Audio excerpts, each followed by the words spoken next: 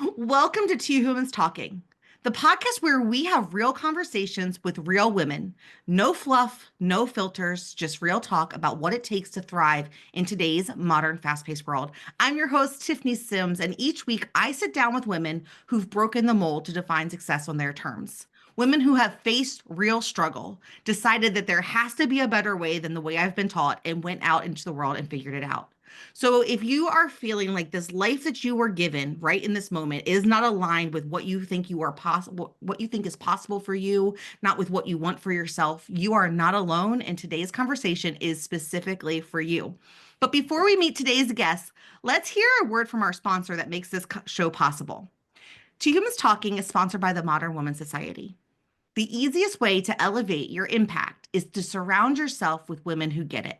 We created the Modern Woman Society as the ultimate space for high achieving women, the leaders, community builders, and movement makers who create spaces for others to thrive but need a space of their own to land and rise to their next level. Inside, you'll connect with women on the rise, those building legacies, stepping into leadership, and refusing to settle, all while finally creating a life that feels as good on the inside as it looks on the outside, without the burnout, stress, guilt, or exhaustion. No more feeling like you have to have it all together just because others look to you for guidance, and no more pouring into others while running on empty yourself. This is where leaders like you are creating massive impact in 2025, and it only takes a minute to step in the room. Click that link below to join us inside the Modern Woman Society. We hope to see you there. So, today's guest, Larisa, is so magical. Her team is so beautiful. She cultivates women around her who are mission oriented and just kind of like get that spark of life of how we connect and how we serve others and how we design our own lives. So, Larisa, thank you and welcome to the show. Thank you. I'm so happy to be here. This is going to be so much fun. So, before we jump into like how we design this life to look the way we feel we deserve it to look, tell Mhm. us a bit about yourself. Who are you? Where are you from? What makes your soul sparkle? Oh my gosh. Do you want me to stay here for 10 years or? Yes. I want to know you as a human. Okay. Yeah, I mean there is a human in the title, right? So I'm Larissa. I'm actually originally from Saskatoon, Saskatchewan, and I now live in Toronto, Canada, where we finally got snow in this season.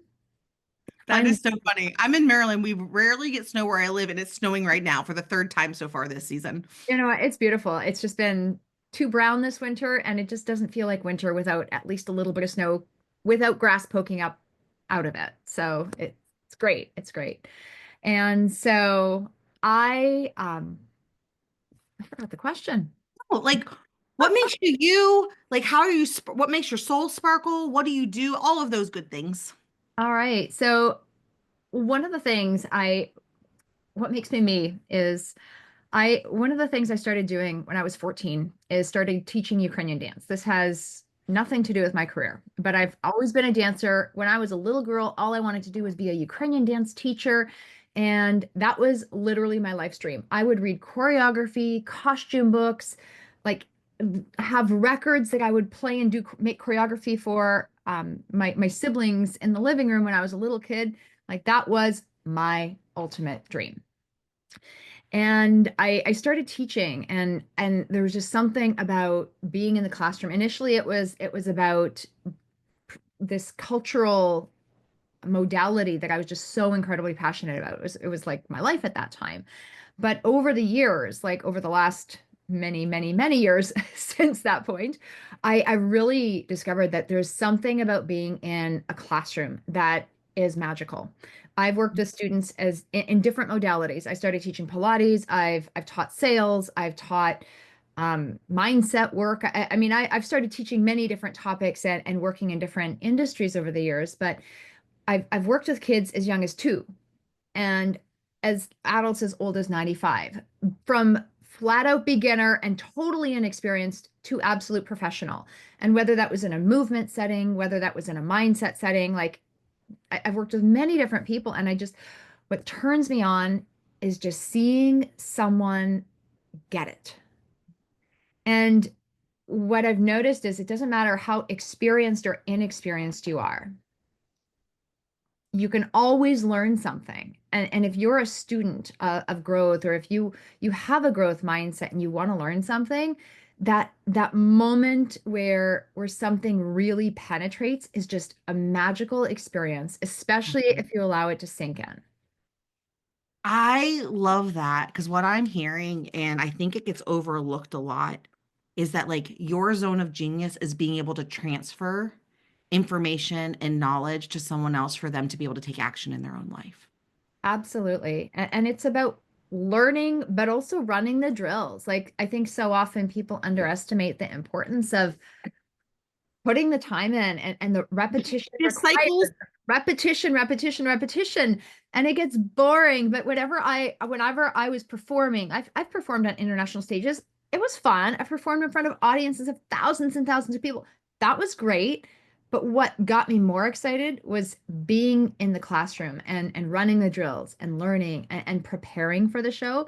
And there's just something magical, whether it's stage or whether it's the stage of your own life. I think it's so cool because I think that that is such an overlooked concept yeah. because it like the world sees us finishing races and getting on a stage and the TED Talk, or like I have a whole wall full of running medals. People see the finish photo, the finish line photo, right? And they think, oh, I could never. And it all comes up to that moment of just being so proud of yourself that you crossed the line, that you did all the things and you crossed the line. But crossing the line when you didn't put everything you had, yeah, I've run, I don't know if you're familiar with it, but I like the Dopey race at Disney World. It's a 5K, a 10K, a half, and a full in 4 days. And so it's 48.6 miles is what it says on 48.6, 46.8, whatever those numbers are, dyslexic. And it says it on the medal, but there are hundreds of miles that go into that one Mhm. little 48.6 mile medal, right?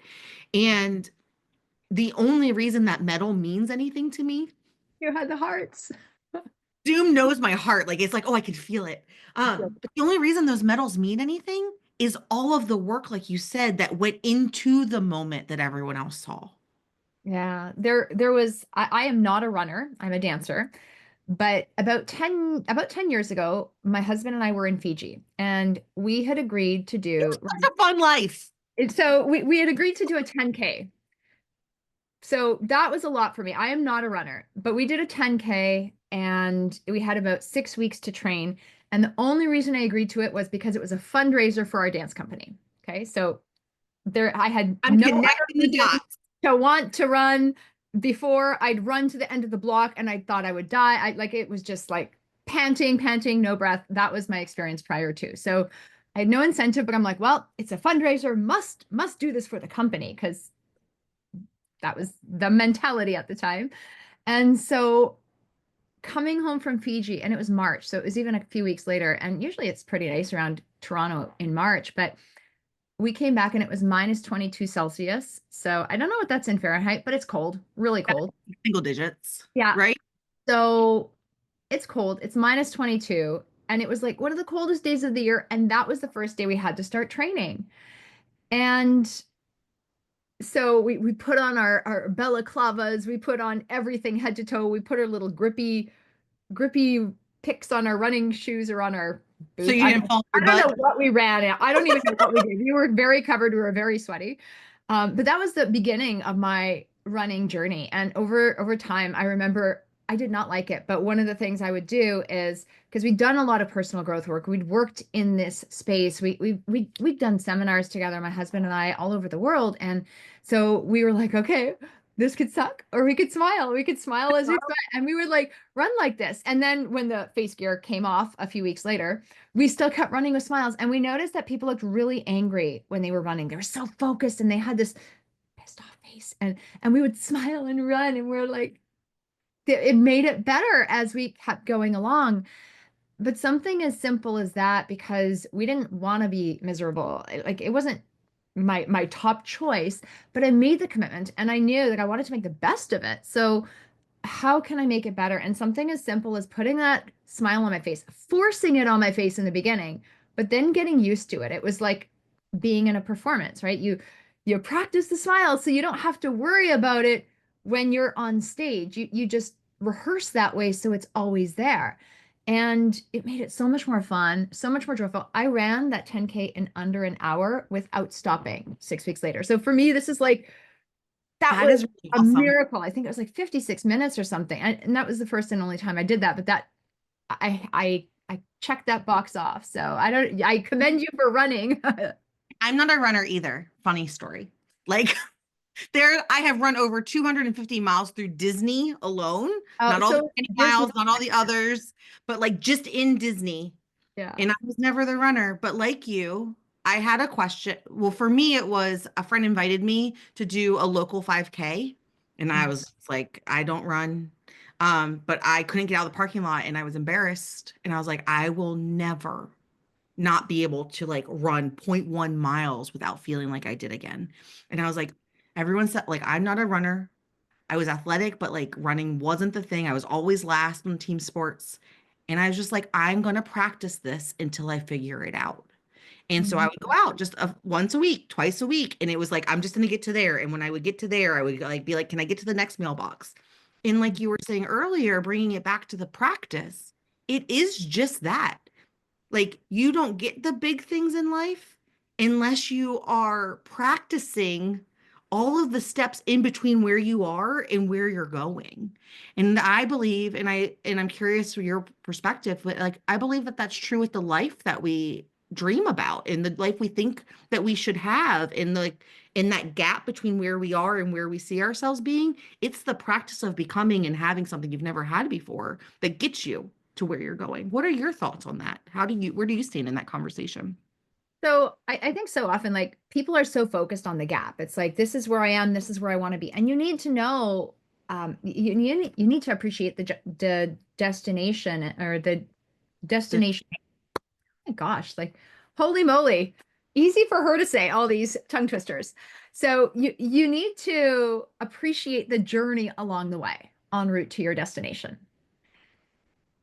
But so often because they're focused on the gap just seems so big. And if they don't, and I think we've all been there. Like I've done this, I've seen clients do this, but the thing is, if you don't become a deliberate creator or a conscious creator of your own reality, you just start living on autopilot. You just get caught up in the shuffle. You might have, I see a lot of people have really good intentions on day one, and then a few weeks later, they're just on autopilot and they forget what they're even, they kind of remember where they're going, but they don't remember why.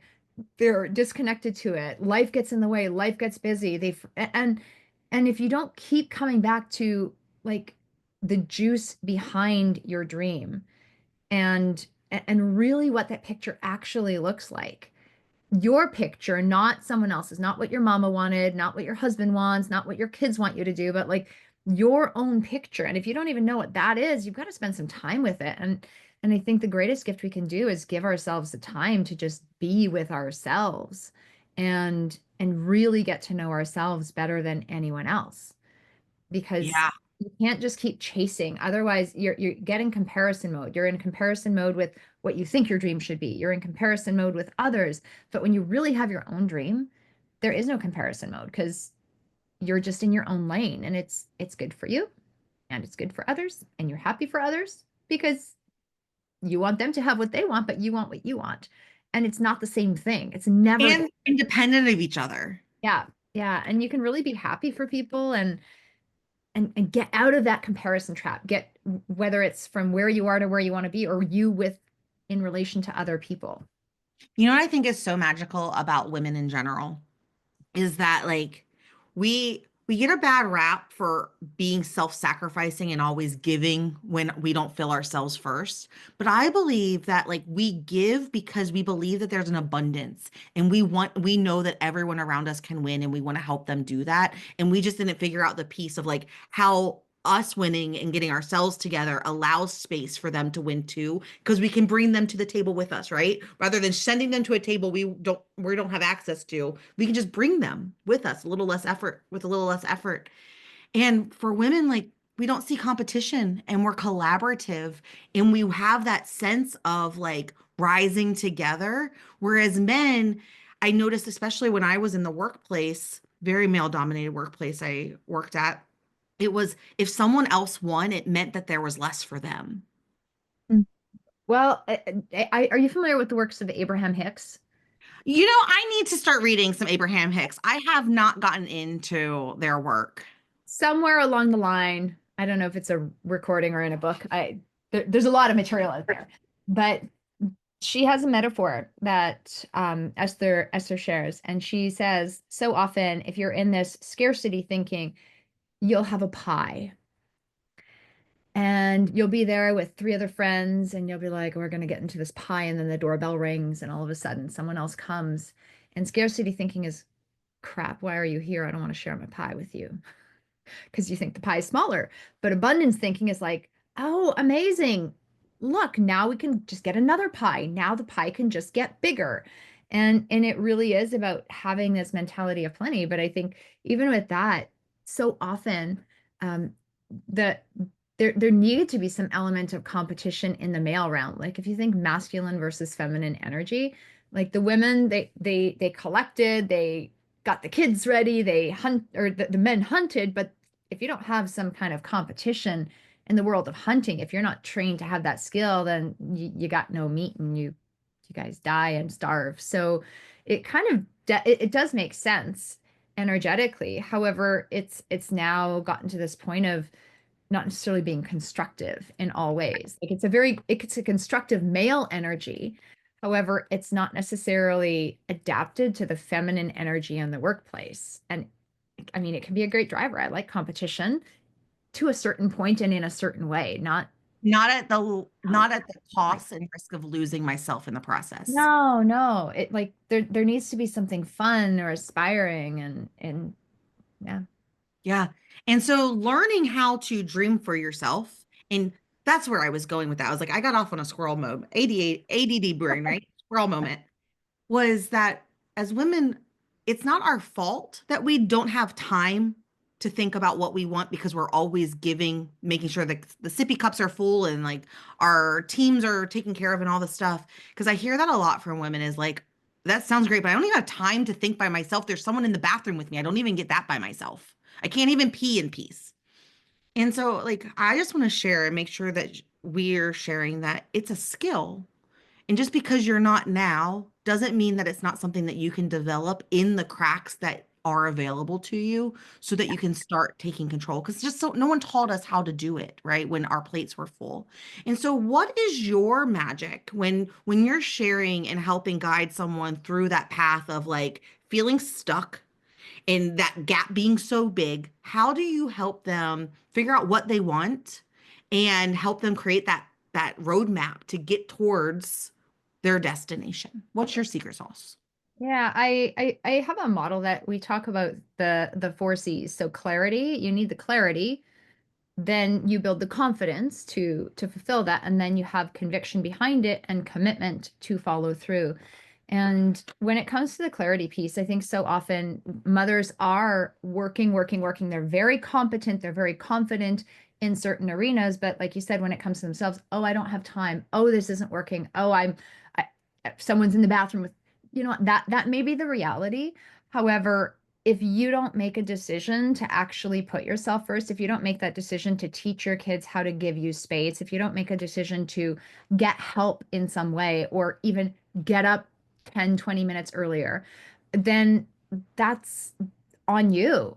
And it's hard for a lot of women because they're like, but I'll be neglecting my family or my kids or this. You know what? A lot can get done. And some of the busiest people I know, they make it work and they I do will that. hire a mom with no time to get stuff done over someone who has an empty calendar. Yeah, absolutely. In a And heartbeat. they when you want to get something done, when you make a priority, like most of my clients have young children. My clients get up at 6:30 a.m. every day. We have a morning kickstart call that we do. Most of them are busy. They work and they have young kids at home. And not one complains that they can't make it happen. They're like, okay, let me juggle.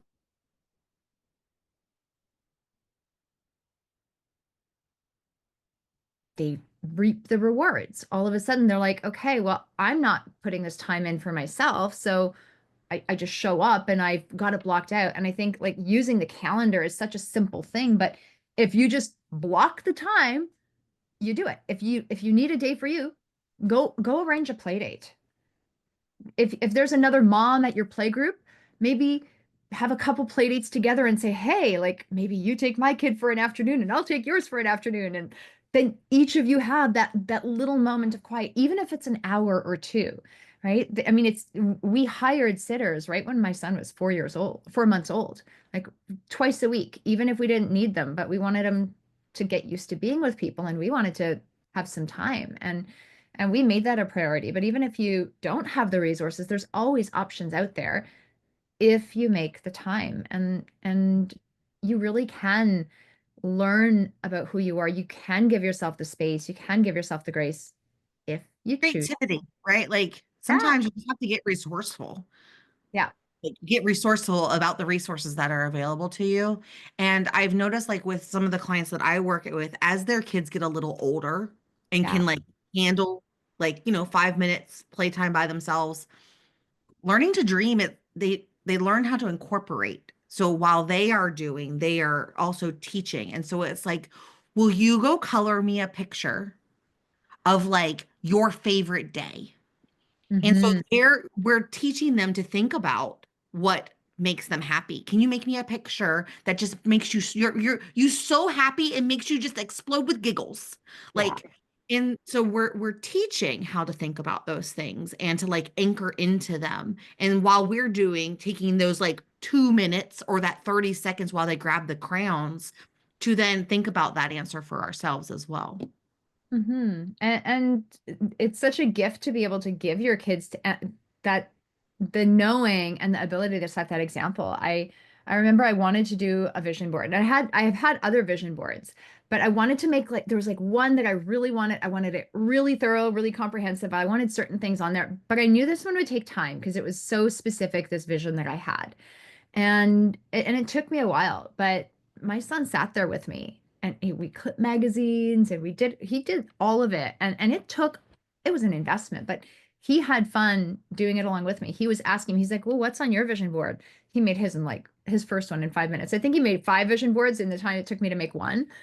But he was so enthusiastic and he started theming his in different ways. And he's 7 now. Like So fun. first vision board had $6 million, three mansions, shrimp.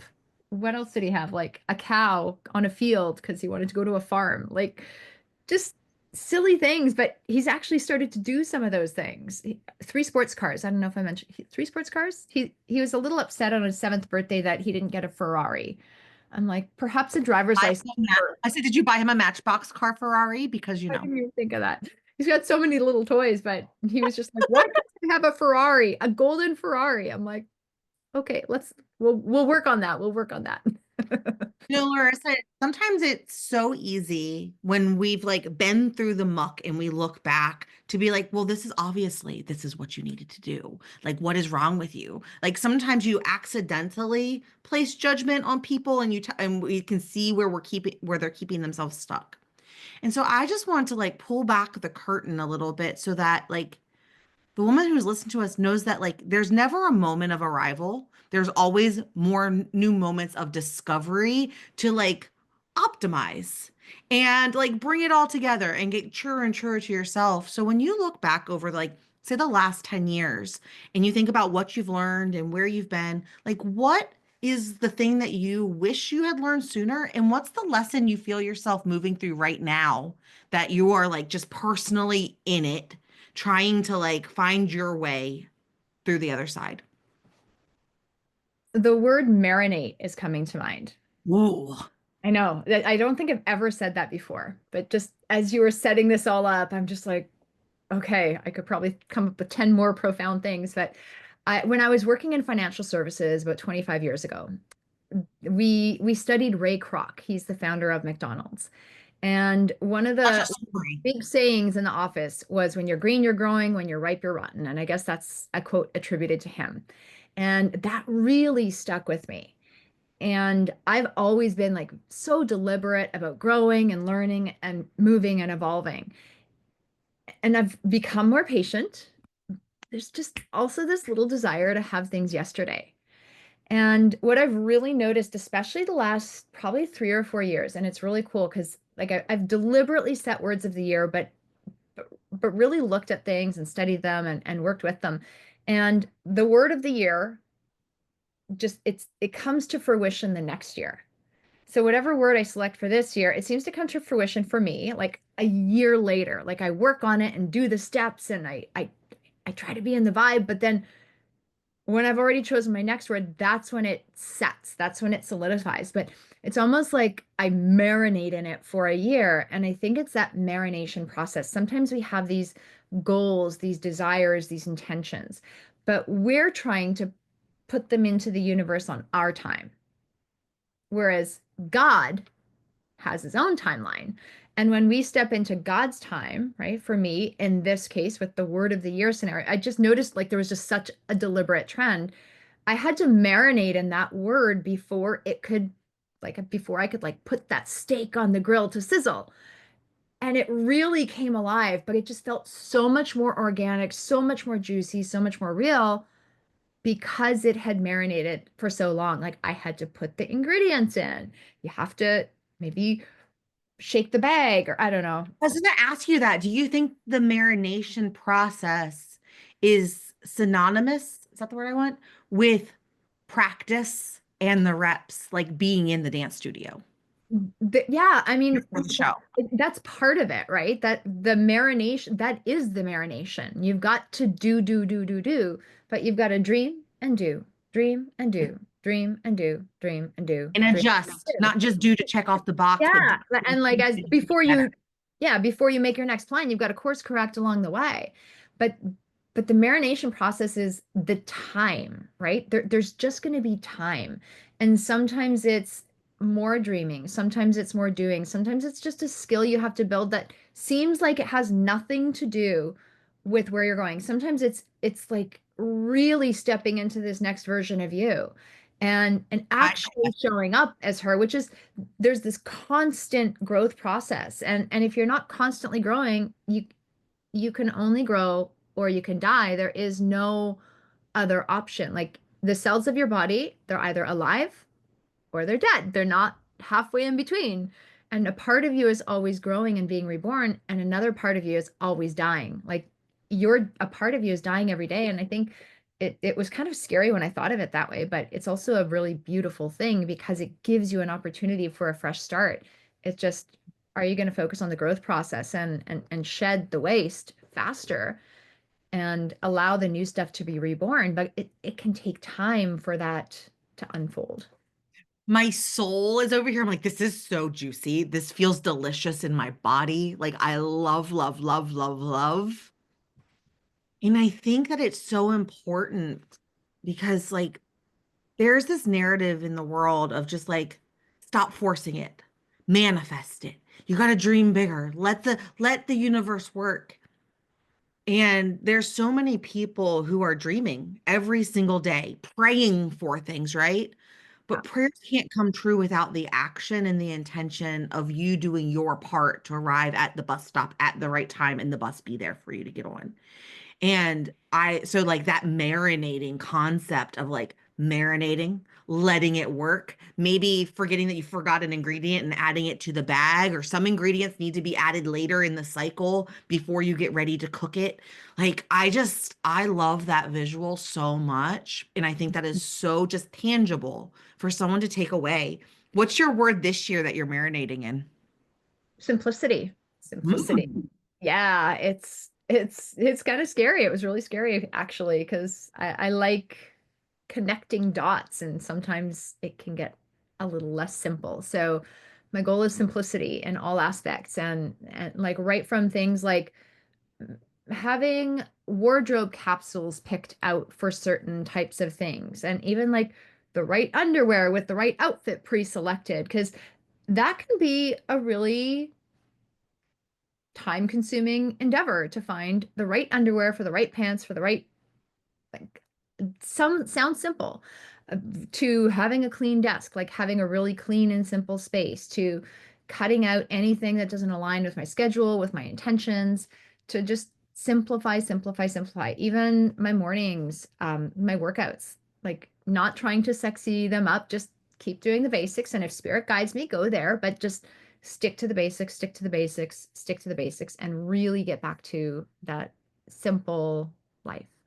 That's so fun. The visual that I had when you were saying like you're someone who likes to connect all the dots. The Mhm. cartoon that happened in my head was instead of connecting all the dots, finding ways to funnel the dots into the right buckets so Yeah, that you have like 1 to 3 that. buckets stuff, right? Rather than a million different things everywhere.